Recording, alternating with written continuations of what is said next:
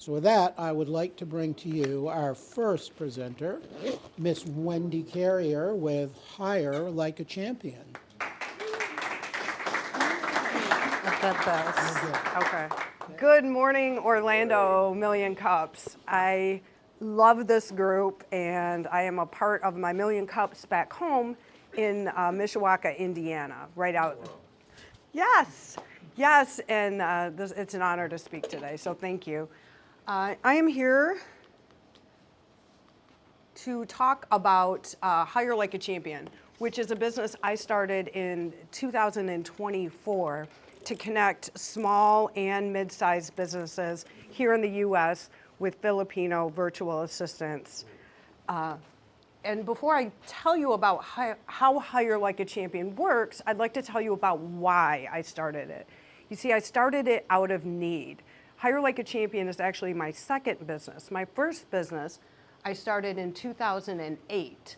I was a stay-at-home mom. I had 4 little girls, and the economy crashed, if you remember, back in 2008, and we needed the extra money.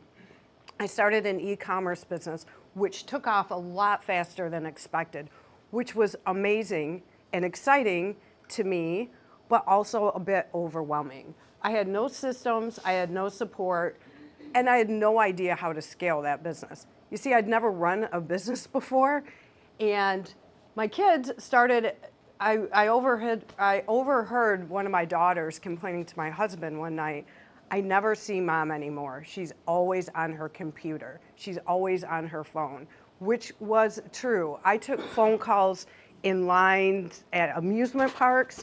I took phone calls when I was running the carpool. I would stay up late on the computer. I was so busy. I was having a blast. As entrepreneurs, you know that, but I was also getting overwhelmed. In 2010, I hired my first virtual assistant. Her name is Judy. And to me, her help was like a miracle. And I don't say this small. I mean, it was the first time I had handed off work to somebody else. I would give her a list of tasks to do, and she worked overnight. So I'd give her a list of tasks at 9 o'clock at night, and I'd wake up in the morning, and they would be done. To me, this was nothing short of game-changing. I started Hire Like a Champion. I started Hire Like a Champion to share this game-changing power of outsourcing with other entrepreneurs like me. We connect so far in right now, we have matched 30 businesses with 30 virtual assistants over in the Philippines. And the outsourcing has changed people's worlds. Like Carl, for instance, he runs a digital marketing company. And when he called me, he was getting over 200 emails a day. As a matter of fact, during our virtual conversation, I could hear it, ding, ding, ding. And he's the owner of the company. He's like, "I cannot grow. I'm having to scan my email all day looking for emergencies." We connected him with Macy. Now Macy scans his email for him and only brings him things that are on fire. During her downtime, she's able to help him with content creation, keyword research, things that he needs for his digital marketing agency. Allison is a property manager in my town, and she's trying to grow her property management company, but she was getting bogged down, like we do, with the details and getting the vendors paid, matching invoices, doing listings for the real estate. So we connected her with Myra. Now Myra in the Philippines handles all that work for Allison, and Allison can spend her time growing the company. Tanya is an EOS implementer in our town, and she's not a numbers person, right? She has QuickBooks. She knows how to do QuickBooks. She doesn't want to do QuickBooks. So we connected her with Jessie. Jessie's actually a CPA from the Philippines, and instead of spending a weekend every month doing her QuickBooks, Tanya can spend the time with her kids, which is really what her priority is. The 2 questions we get at Hire Like a Champion most frequently is, how does it work and why the Philippines? So how it works is we meet with you in person and we learn everything about you or your business. We search our So everything about you, what your pain points are, what you're looking for in terms of skills, education, that sort of thing. We search our talent pool. We post your job on some Filipino job boards and so forth. Search our talent pool, and within about 2 weeks, we have between 2 and 5 candidates to show you, and we show you their backgrounds, their resumes. We provide a voice recording. And you choose who you want to interview, who you want to meet, and if you choose to hire them, we handle all the contracts, the payroll, the paperwork, and we also advise in between in terms of how it's worked for us in managing people overseas. You know, some ideas there. Why the Philippines? That's the second question we get frequently. We love the Philippines. Their English skills are outstanding. It is actually an official language in the Philippines, and they learn it from a young age. College education is a priority in the Philippines. All of our contractors have at least a bachelor's degree. They're also very current with the same software that we use. Deep alignment with U.S. culture. They practice the same holiday, or they observe the same holidays. They get us, you know, a lot of their sports are the same, their kids are in the same activities. There's just a lot of alignment there. A very big reason is the money. What is small money to us is game-changing money over there. We provide, the wages we're providing is middle class or upper middle class wages to them in jobs that they really appreciate having, jobs they can work from home. They don't have to hassle with the commute, which is a lot different than the commute we have around here, and they really appreciate the opportunity. So that is a big reason. I'm passionate about this business. I still run the e-commerce business. Oh, I forgot to say that. So back at the beginning, I was telling you about Judy, my first Filipino. We continued to outsource that business, and that business, the e-commerce business, continues to run, and more than half of our staff is in the Philippines. But what I love about Hire Like a Champion is really the opportunity to help the businesses here in the United States, and to learn their pain points. I've been there. I can kind of get it, and to see the difference that getting a virtual assistant really makes in their world. Also, to help the Filipinos. I mean, they are very, very grateful for the opportunity. They work hard, and it's, like I said, it can be game-changing opportunity for them.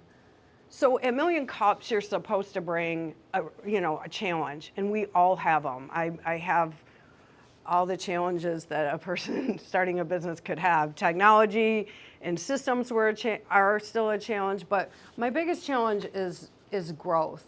We were born in October of 2024, and all our clients are word of mouth. It's coming from people. I put out my first contractor with a mentor of mine in South Bend.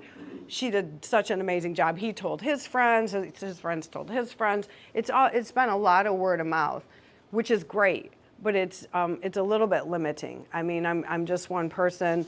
The word of mouth doesn't always pan out as well as you hope, and we, in brainstorming at the beginning of this year, our challenges or our ideas for growing were, could we get some salespeople, right? This business doesn't have to be local to my town, right? I could have a salesperson here in Orlando. I could have a salesperson in fill in the blank city who could go out and promote our position or our company.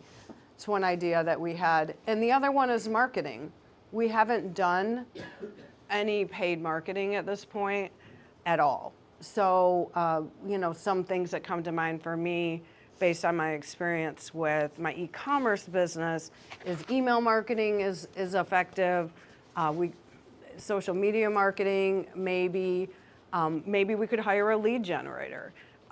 in the, to bring us warm leads.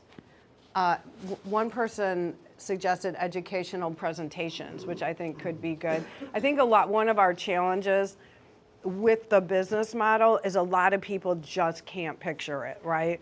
Like you're used to having someone say, so if I could educate, like what can be outsourced?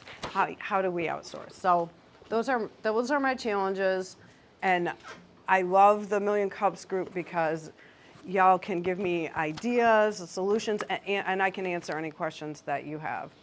So Perfect, thank you. thank you. Rupert?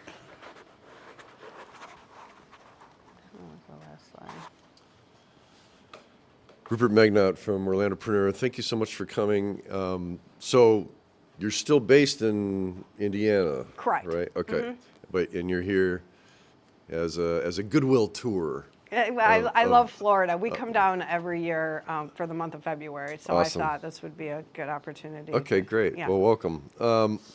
So you can go back to that slide, the last one. The needing more clients. Well, obviously the best thing is word of mouth. And do you have any programs with your current 30 people to encourage them to have them refer you new clients? That's a great question and a great idea. And no, at this time I don't. I always make sure to thank them for the referrals, but I don't have an official like, hey, let's a couple $100. That would be your first line of That's a great offense right idea, there. yes. Yeah. Your current customers are your lowest customer acquisition cost, right? Yeah. So that would be the first thing. And as far as the other marketing is concerned, email has by far the best ROI. Yeah, I wouldn't even consider social media advertising unless they've made it so hard to target market the people that you really want to get. So you're just like, it's a shotgun approach and you're just wasting money. But between the email list and your referral program, your loyalty program or whatever, Loyalty program, yes, I like those it. two should be more than enough. Would you suggest purchasing an email list, or would you suggest just trying to get Well, the going rates for email lists are between $10 and $30 a name. So if you want 1,000, good luck. it's right? expensive, yeah. Yeah. So or partner with other organizations that have email lists that their privacy policies allow them to share that list, and then that's another way you could do it. Yeah, thank Or you. sponsor, like people can sponsor our events, not that I'm right, but you can sponsor an event and then they send out to their email list. So you're not buying the email list, but you're still getting that exposure. Yes. So, Yeah, that's a great idea. And Right.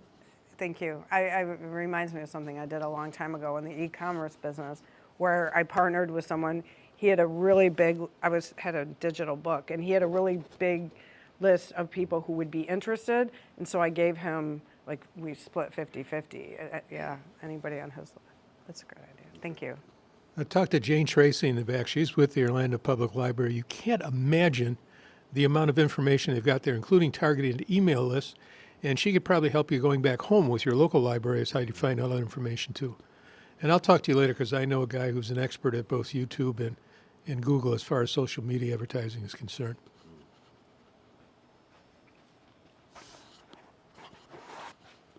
Thank you very much.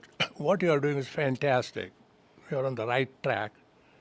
A couple of suggestions. One is your brand name itself, Hire Like a Champion.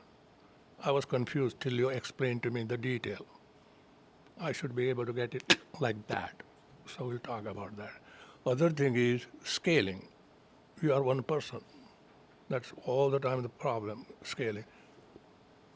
Best thing is to, word of mouth is still the best, cheapest, bar none. I'm the example. I never had anything, no ad, nothing, no website, nothing. All is word of mouth. You can go for the CAC is at zero, customer acquisition cost. Okay, so you have an amazing knowledge skill and all sorts of experience. You have it. So your challenge is going to be going from where you are to scaling. You have to using the multiplier. I want to spend some time with you and help you out on that, okay? Thank you. Thank you. Just so you know, that's the guy that invented Tang Crystal Light, the microwave, Back here. I'll be back. the new ovens they've got out. He's just amazing. He's got about 200 different inventions he's made. So, a couple things is, first I did a little AI lookup just using the web browser with ChatGPT, and it did fine. But when I went into the ChatGPT app, it says your website is blocked. So you're not going to get any searches if somebody goes in through the ChatGPT app looking for your website. You'll need to contact your hosting provider. There's a setting that they set, just so you know. Yeah, thank you. How fast do you want to grow? How much growth can you handle? Yeah, that's a great question. And, I was thinking about it this last couple of weeks. The difference between growing is one thing, scaling is another, right? Right. And I'm trying to, we would be happy with, I like growing.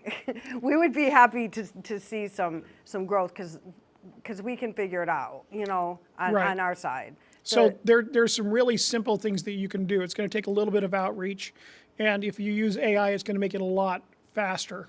You can go on to LinkedIn and find and start building a persona on LinkedIn for yourself, posting, and then but that's a little bit of a foundation. But the big thing is outreach, and because your target market is business owners, and that's where business owners live, if I'm correct. But the big thing is that you're not niching down according to, which businesses that you want to help. And so right now what's happening is it's a shotgun approach, and whoever comes, because you're getting them via referrals, that's why you hit 30 people and it's great, but now how do you really make that scream? You got to verticalize. You got to decide what vertical market do you want to do, furniture salesman, or do you want to do senior citizen owners, what niche do you want to go into? Focus on one, focus on it for a little bit, time, few weeks, a month, two, and if it doesn't work, go to the next one. But do you have one niche that you find that people are coming to you more than others? Yeah, it's something we've thought about over this 18 months. There's two different niches. Like, we can niche in terms of positions, right? Like, do we just do accountants? We do a lot of accountants, right? So, or we can niche in terms of industry, or we could obviously do both. No, how's that? I mean, we have a couple of property managers. We have a couple of restoration companies. We have an accounting firm. We have because EOS. the messaging is different, right? Yeah, the I messaging agree. is very different for a property manager versus an accountant. And so where you choose to put your messaging and where you choose to how you go out, and email lists are easier than ever to get. Sorry, Rupert, but you can actually go out and build a newsletter for accountants, or something like that. Newsletters are really easy to build nowadays. And you could build that and go out and just get for subscriptions for accountants, and then pepper your service in that newsletter, but also give them very valid information, which can all be gathered by AI. There's a lot of ways to do that, to gather and build that, list. But I think without niching, you're going to still be doing a shotgun approach to everyone, whether it be by position. We want VPs only, right? Or if you want to do it by industry, whatever it is, but the industry can't be big. It's got to be very small. Tax accountants that have, fewer than 10 employees, those kinds of things. But I think the challenge you're having probably is not deciding who your market is, who your ideal client is. Yeah, that's a great point. Thank you. And I think it would make marketing so much easier if we, instead, like right now, we're like all over the place. If you look. That was the biggest weakness that I saw in your. Yeah. Can you put your end slide back up? Yep. Okay. As a former resident of North Central Indiana, I do know it's pretty spread out up there. You've got Mishawaka, South Bend, but you're not that far from Fort Wayne. Goshen is sizable, Elkhart is sizable. You could go after the larger businesses, but are you branching out into other chambers of commerce or other networking groups that are maybe 2 hours away or even a half an hour away? A bit. I mean, and that's just recent. You know what I mean? We did a networking event in just east of Chicago recently in Crown Point. So a little bit. It's, yeah, that's a good I question. think there would be plenty of small businesses in the small towns that have probably never considered. Oh, yeah. Yeah. No, I think about it all the time. Next door to my office is a nail salon, and their phone rings incessantly, right? Like, they're not answering their stinking phone. And I'm like, I can get you somebody to do that. But you're right. There's a lot of businesses. And we do better. Look, this is not a new idea, obviously. People have been utilizing help from the Philippines for, since 2010 and before. This is not new. But there are the national companies that do it. I don't really want to compete there. Like, they're competing on price. Yeah. Listen, you have answer right there. That sentence is the it. That's what you focus. Grow your business without growing your payroll. That's what everybody's doing. Just focus on it. And we'll come up with the tagline of it. You Yeah. are the gold mine. Yeah. Okay. Don't waste your time on too many things. You're one person. You have an amazing idea trying to help other rest of the world. Say that. That's it. Yeah. Okay. Thank you. Yeah, the tagline, better than the business name. Who is God who doesn't like that? Yeah. Who wants all other stuff? Garbage. Yeah. Waste of time. That's what we have. We go with the tagline and we want to take it. I'm glad you like it. Okay. Quick question. Is this thing on? You check it. No, it's for the Zoom. Oh, gotcha. What types of industries will you go into? Because I already have a referral for you, I think. And is healthcare good for you? Medical billing, is that something you could do? I think that would be a great one for that. What's the cost differential between a U.S. person versus a Philippines? Is it 30% less, 20% less? It really depends on the role, because our business model is we pay the Filipinos a rate, we have a markup, and then we charge the U.S. Business a rate. Typically, like, for example, our accountants are going out between $13.50 and $16 an hour to the U.S. business. Now, I know I've been quoted $50 an hour in my town just to do transactional easy accounting. So that's 3.5 times, right, or something cheaper. Web developers, full stack web developers would go out to the clients around $20 an hour. In EA, like executive assistant, 20 compared to 100. Yeah, yeah. So an executive assistant's going to be $12 to $14 an hour. So Okay. That's substantial. it's substantial. Yeah. And then when you, if you find somebody that you found and they hire them, bring them on board, but it doesn't work out, you can easily swap that person out. yeah, so the way we're set up is so low risk. Like, we try to make it a no-brainer for the business to try us.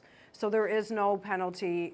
If it doesn't work out, which, to be honest, has only happened one time in all, and we've placed over 30 people. So we've probably placed closer to 45 or 50.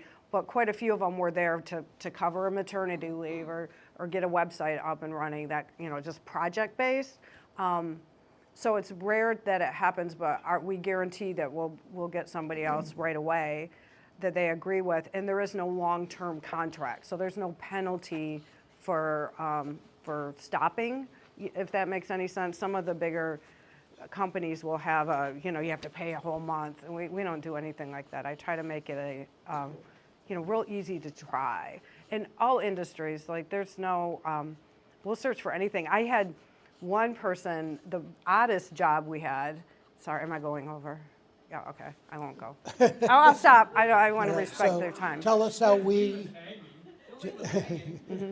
Oh, don't leave. Oh, so a woman in my town, her daughter got kicked out of medical school. I never found out exactly why, but something to do with some missing papers or something.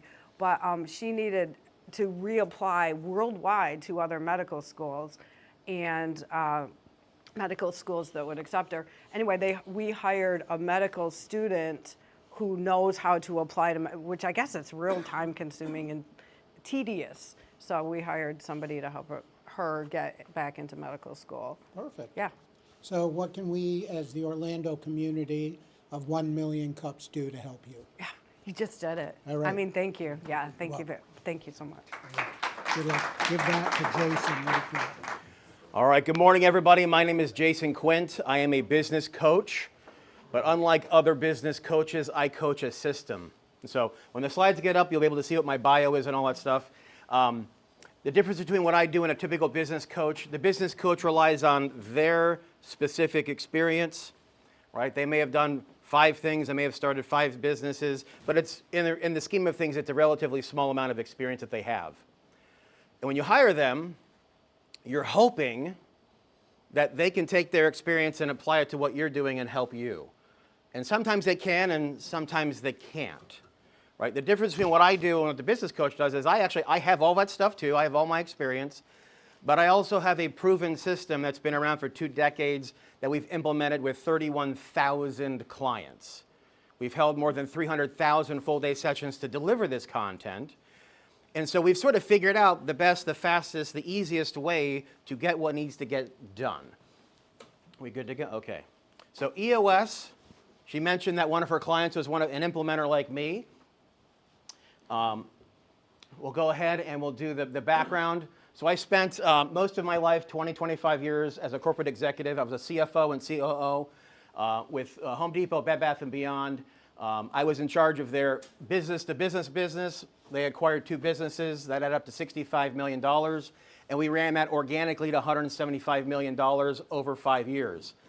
That sounds awesome. That sounds great. I can tell you from the inside, it was a hot mess, dumpster fire. We were flying by the seat of our pants, had no idea what we were doing. We're not dumb people, by the way. You don't get these jobs by being dumb.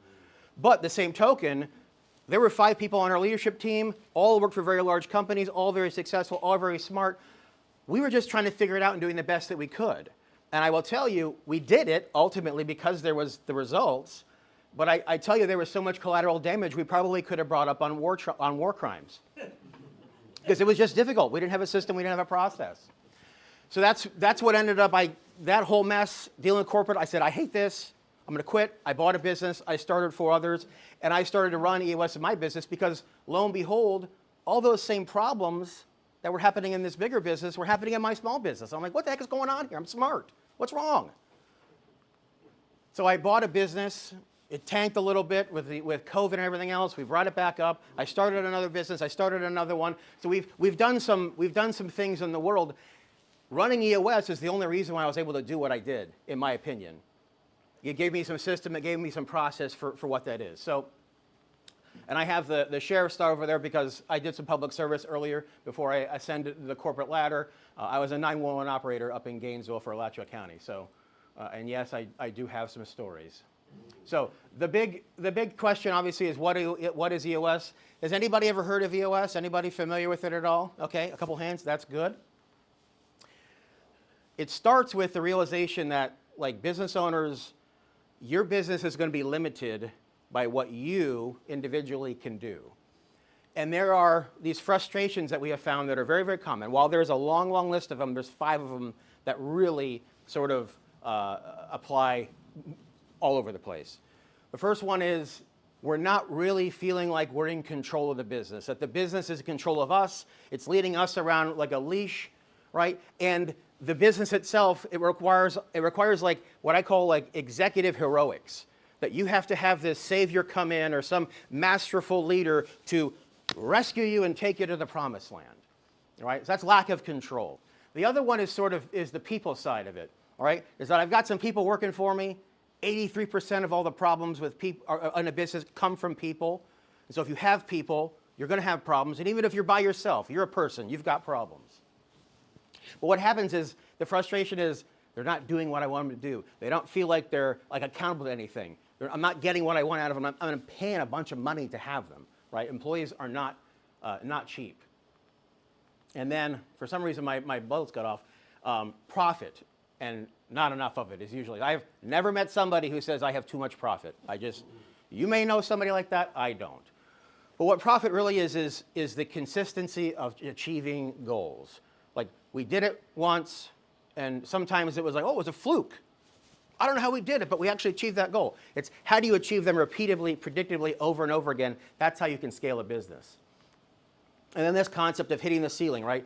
Break points, plateauing. There are places where some people can't get the first sale, can't get to 100 grand, can't hire their first employee, $1 million, $5 million, $10 million, 25, 100. There's all these places where what got us here is not going to get us there, right?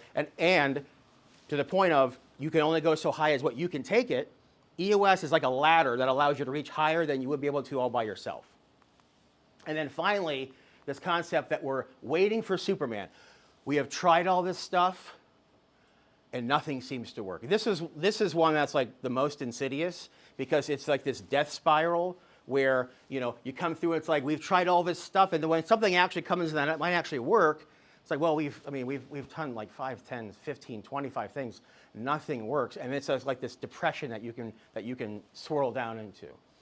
So with these sort of pain points, EOS was designed sort of specifically to how do we fix these things? Because I guarantee if you're in business, you have hit at least one, and if you're being honest, it's probably all of them. All right. So what we have done is working with these 31,000 clients, we have figured out that there are 6 key factors to any and every business, right? Everybody likes to think their business is different, their business is unique. It's like, we're so special, we got those. It's not. It's really not. So let me just run around the circle real quick so you can explain, so I can show you how this whole thing works. So the first thing we do, does this have a laser pointer? Yep, right above the, yep. Right That guy. Okay, so we have the vision. The vision is basically some of the identity type questions, right? Who are we? What are we doing here? Why are we doing it? Where are we going? How are we getting there, right? We are casting a vision that we want everybody in our business to get around so we can all pull in the same direction, going down, and we don't have people dragging us backward, dead weight, pulling us down, right? It's like throw the drowning man a brick. No, thank you, right? So we want to set goals that are achievable. Next, we know that we need good people. We need great people to actually achieve those goals. You read all those business books, they're A players, rock star, superstar, top quartile. There's like 1,000 names for what these people are. What exactly does that mean, though, for you?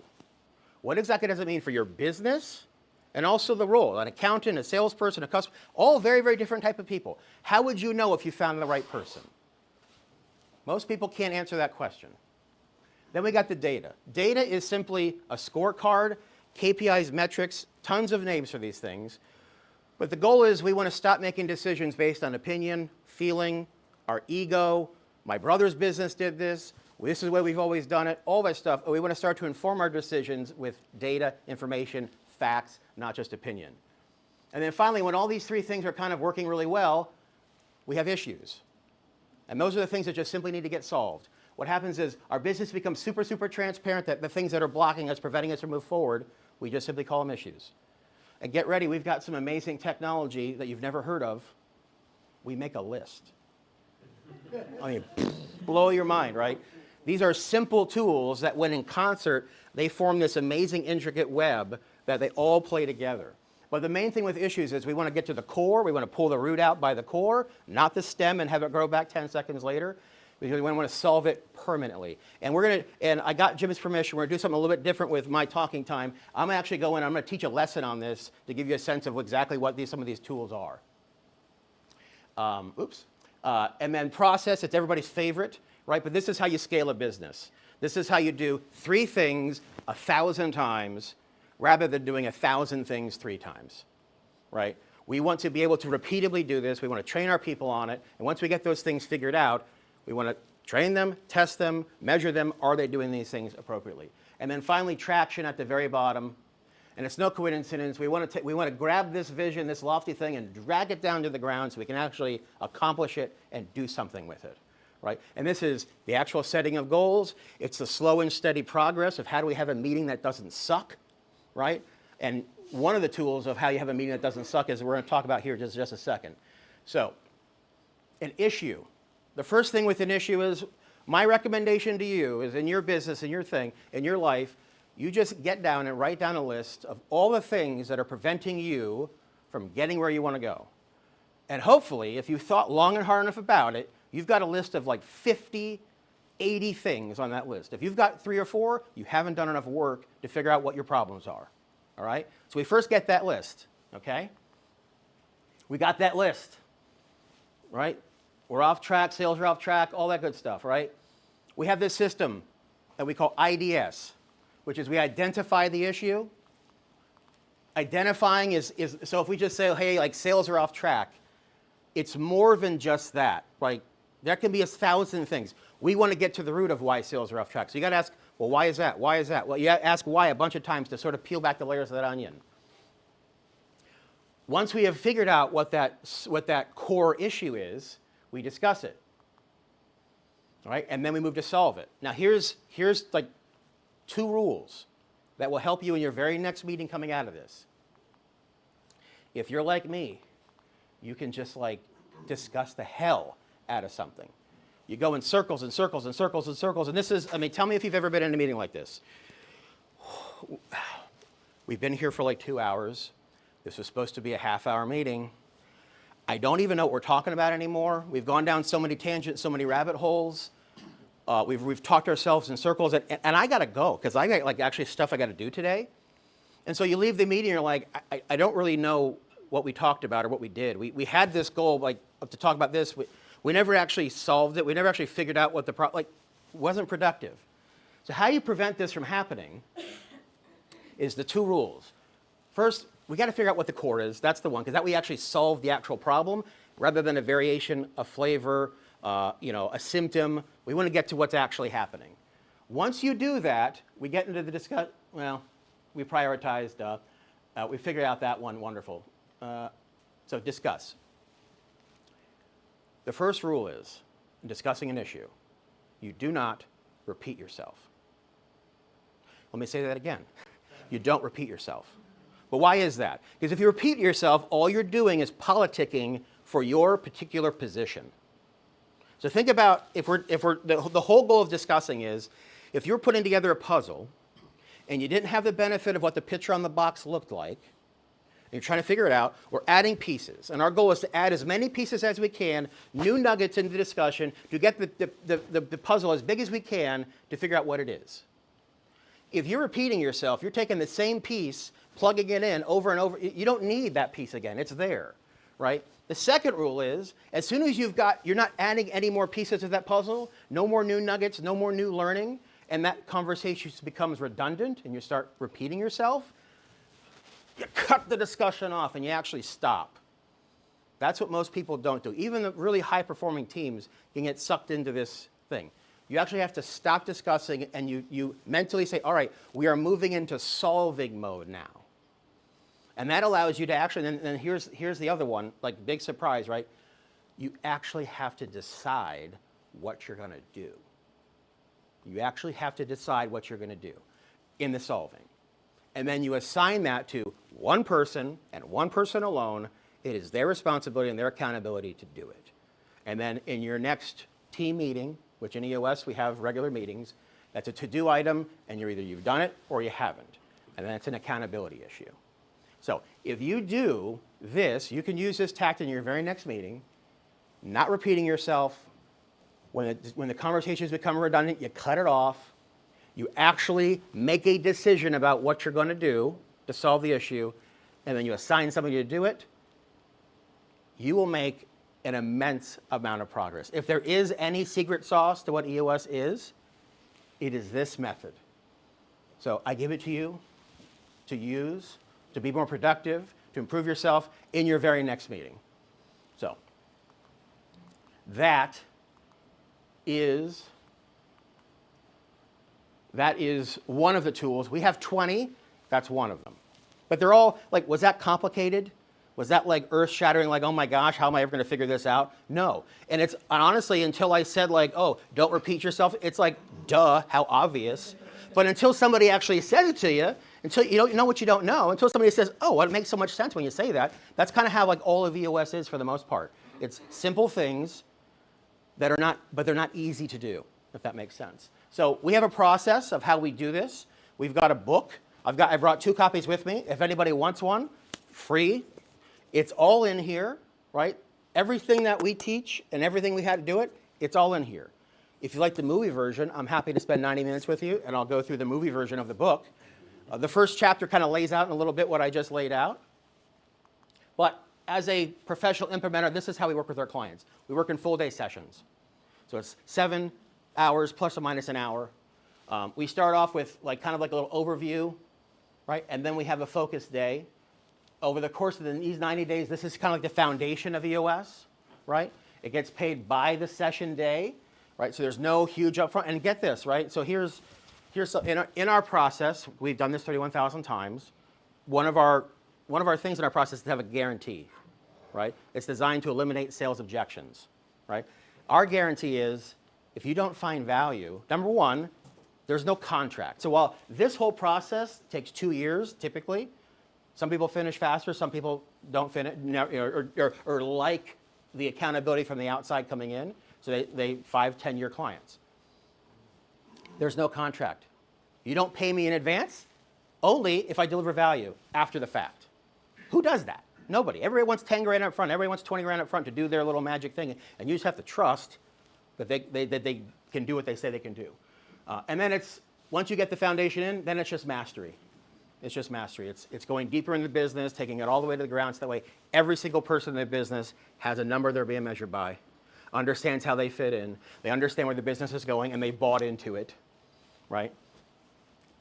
All common sense stuff, but you know what they say, there's nothing more uncommon than common sense. So that's the show. That's what we got here for today. Any questions? That's me, the EOSguy.com. Takes me to my site, all the little good stuff, and if you want to shoot me an email, you want to talk some more, happy to help. All right.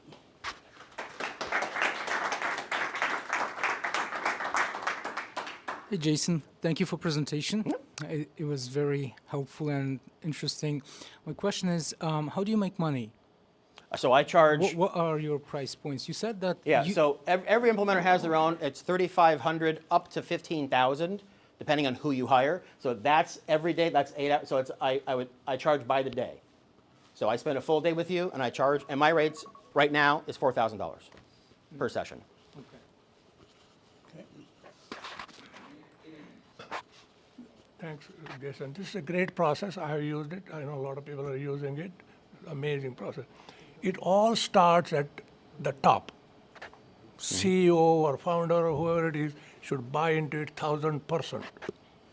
And he should be really, that's where the bottleneck is right now. Most of the corporation bottleneck is at the top, I found out. So once he buys into it, everybody buys into this. Yeah. Otherwise they don't need We that. work with leadership teams. That's right. So that's why, because as they go, so goes the rest of the business. And one more thing is they have most of the cases either Friday or Monday, exact time, 9 a.m. or 11 a.m. or whatever it is, meeting, group meeting. Everybody comes up prepared. There are the disciplines. That's what the challenge is. It starts at the top. He should be disciplined to start with.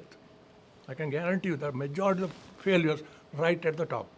So this process helps them, and these guys can guide you to get the hold hands in the beginning, to get going on. It becomes a routine. I've seen this going on good. Thank you very much. Thank you. So kind of like something Wendy talked about, I don't know how to scale. There's an option. Basically, what you've done is describe the consulting process. Consulting is basically going to a company and having the company do what they already know they're supposed to do, don't have the guts to do it. So they can blame it on the consultant. So it really works really well. And I you would have say to have the difference is, not to cut you off, I'm not a consultant. A consultant's like a dirty 4-letter word to us. A consultant comes in, I'm so smart.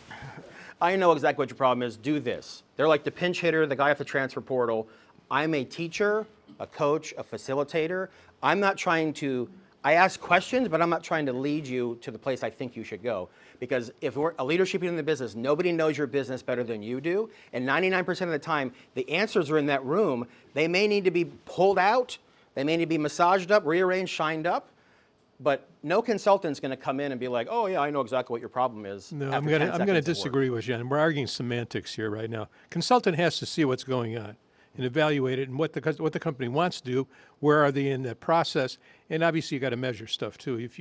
I don't care. I've told them. I don't care if it's furlongs for fortnight. Come up with some measurements so you know how you're really doing. And management is basically just interpreting stuff before it gets out of hand. Know that something's going to happen. Make the corrections so it doesn't happen. So the business runs and hums. So basically, what you're doing is really good. Thank you. So I still have a question about the cost. So you have a 90-minute meeting, that's free. Then a focused day, that's a charge. That's a full day session. That's just what we call the first day. That's but Yeah. that's Yeah, so for me, am I right now? 4,000, 4,000, 4,000, 4,000, 4,000, 4,000, 8, because it's 2 days. So Okay. over 2 years, you'll spend $40,000 to $50,000. right. The results, the ROI, most of our clients see a 10x on net income. Should be, yeah. 20% sales improvement year over year. It also depends what your goals are, because it could be, I want to take a vacation. I want to get out of this business. And so 30, 40% reduction of owner workload is very common, because we figure out how we delegate and elevate things to what you want to do. So that it kind of depends on what your goal is in terms of where you focus your energy. But I'll give you a quick short story. One of the things we do is a 10-year target, right? December 31, 2025 was a bunch of companies' 10-year targets. One company in California started with 3 Verizon wireless stores. Their goal was to get to 100. December 14th, 2025, they had 98. They bought 4, and they went to 102. So in 10 years, his business went from like $3 or $4 million to $150 to $200 million. And he's like, I would have never been able to do that by myself. It was because of this system and this process that allowed it. So, thank you very much. Perfect. So what can we do? I would say the help for me is awareness of EOS. In Michigan area, there's 40 implementers running around, been doing it for 20 years. Everybody knows about it. There's 6 implementers here in Orlando and maybe 40 in Florida. So it's still relatively new for Florida. So obviously I'll take a referral, duh, right? But the main thing is when you hear people struggling with things, hey, have you heard of this book? Jason gave me one. It can be helpful here. Give it to somebody that can use it. So I have 2 books to give away if anybody wants one. I see a hand here. And he put his hand up first, so. I just started reading that. I've known Jason, I don't know, maybe 7, 8 years, 9 years, thank something you. like that. And I have a friend of mine who actually has implemented, they're a little over a year in to this system. They're here in Florida. He has offices around the state. He helps high school students, early college, or kids that are special needs that have trouble getting employment. They work with them and educate them and help them. And I mentioned this book one day. We're in Toastmasters class together. And I mentioned this book and what this did. And he's brought it up and he just sings the praises of EOS. He said it was the greatest investment he's ever made in his company. So. I realize I already have this on the Kindle, so if he wants to give this to somebody else. Okay, well, yeah, let's do that after. So let me just move forward. I know at least 4 my clients are using this one. It all started at the top. Otherwise, waste. But he's doing an amazing job. Right. So, perfect. Okay, so these are some of our sponsors here with, we're here to help support and run and facilitate the operation of this event. This is not a nonprofit, it's literally a no-profit company. Everything is all done with donations from us. So if you have a business, you want some tax-deductible donations, if we need coffee cups or other things like that, come see one of us. We're happy to help you with that and promote your company through a little expense offset by you. We meet every Wednesday. The great thing is every Wednesday in every time zone from 8:30 till 10 o'clock, There's a 1 Million Cups chapter running somewhere in some city across the country. And they all run very similar to our format, very consistently. Make sure, too, if you took pictures and stuff, please like, share, and follow us on the social media. It helps get the word out. Our goal is to pack this room every week. Speaking of which, next Wednesday, we have the World Development Group coming back. They were here in end of November or beginning of December. And these are entrepreneurs from around the world that they work with the U.S. State Department. This is a particular group that's been around since 1960. And they bring these people in that are looking to learn about how we do business. But the funny thing that I realized when they were here last time, we did a Ask the Mentor, and we had 2 of their people and 2 of ours up here. And when they would ask questions, the 2 ladies that were sitting up here, they might as well have had a business in Miami or Orlando or, wherever, somewhere USA. Because as we always say, business is business. You're going to have the same problems no matter where you are or what you do. There's no different. So connect with someone, find a local coffee shop. There's some great stuff around. And speaking of connecting, Monday night in 2 weeks, we have Orlandopreneur coming up again over at the Primrose Bowling Lanes. Great little place to have a fun venue. Go meet some people, make some connections. What's that? The top networking event in the city in Orlando. Yeah. So, and I can tell you it's a great way to go meet folks. So, why present? Oh, actually, Rod, you had something. In my day gig, I am a marketing director for a company, and I need new agencies for Google ads and also for Meta ads. It can't be a small agency. We do about $1 million in ad spend a year per platform. So I'm looking for some good referrals of people that you would trust. I'm going through a pretty high vetting process right now. So if anybody has any information, please just come up. I'm looking for some quality agencies. I've been burned a couple times. So. Okay. Perfect. So why come here, attend, apply, prepare, and present? The application is easy. 1 Million Cups, 1millioncups.com/Orlando is the website. Up on the top menu, you'll see it says apply. And you can put in your information. It goes to Eric. Eric just checks it out. And then you'll get an approval or a decline in some cases, but pretty much everybody's approved. And then we'll schedule a time to get you to be able to come up here and be able to share what you do and review your stuff. So why present? Because it helps bring marketing and brand awareness. We didn't know about Wendy, right? We didn't really know about Jason this week. Practice, feedback, and growth. Wendy also mentioned to me earlier that she does Toastmasters to help share. So if you'd like to be in a Toastmasters group, or take a look at what it is. I run one Tuesday mornings on Zoom. It's virtual from 8 till 9 o'clock. Just shoot me a text or email me, and I will be happy to send you the link, and you can come join us. Create strategic partnerships. So as we said, go have coffee with somebody, hiring and retaining talent, and then getting to know you experience. These are our organizers. If you're an organizer, please raise your hand. Come ask any of us questions. We're happy to help how to get set up or whatever it is you might need to do. And thank you for being here. If you didn't get a chance to scan in, please scan in so corporate knows that you're here. And it's impossible to consistently act in a way that is inconsistent with the way we see ourselves. I heard that the other day and I'm like, oh my gosh, that's so true. So with that, please go enjoy your day, go make some new friends, and go kill it. And don't forget to turn your phones back on so I don't get yelled at for making you turn them off earlier. You're welcome.